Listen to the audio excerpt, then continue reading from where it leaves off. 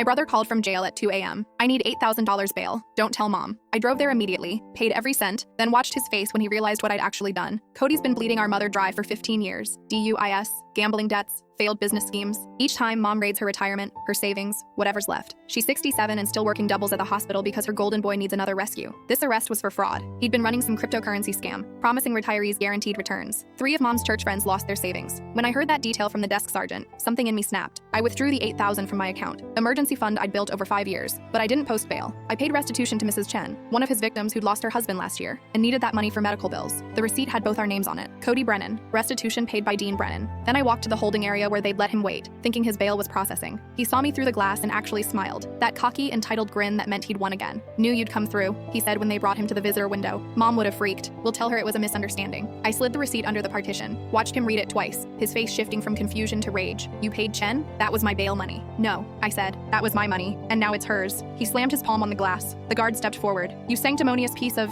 you know what this means? I'm stuck here until the arraignment. That's 5 more days. I know exactly what it means. I stood up. It means Mrs. Chen can pay for her insulin.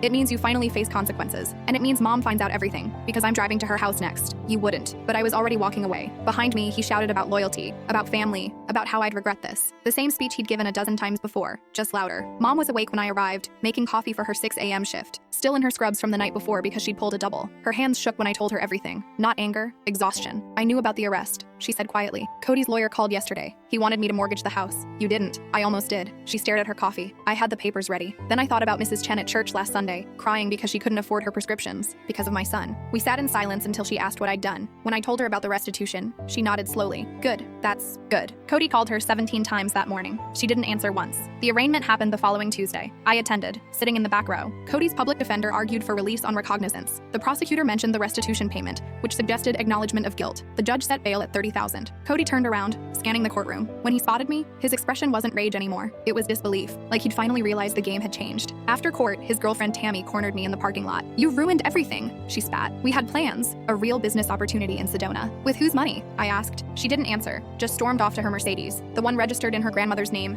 as I'd learned from some basic searching. Another scam, another elderly victim. 2 weeks later, Cody took a plea deal. 18 months, eligible for early release with good behavior. Mom sold his motorcycle, the one she'd bought him last Christmas, and sent checks to the other victims. Not full restitution, but something. She's seeing a therapist now. Last Thursday, she said something that surprised me. I wasn't protecting him all those years. I was protecting myself from admitting I'd failed him. I told her she hadn't failed anyone. Sometimes people choose to be who they are. Cody will be out in 10 months probably. He sent me 4 letters, alternating between fury and manipulation. I haven't responded. Tammy left town with someone else's grandfather. Mom's hands don't shake anymore when she makes her morning coffee. She's down to regular shifts talking about actual retirement. Small victories, but victories nonetheless.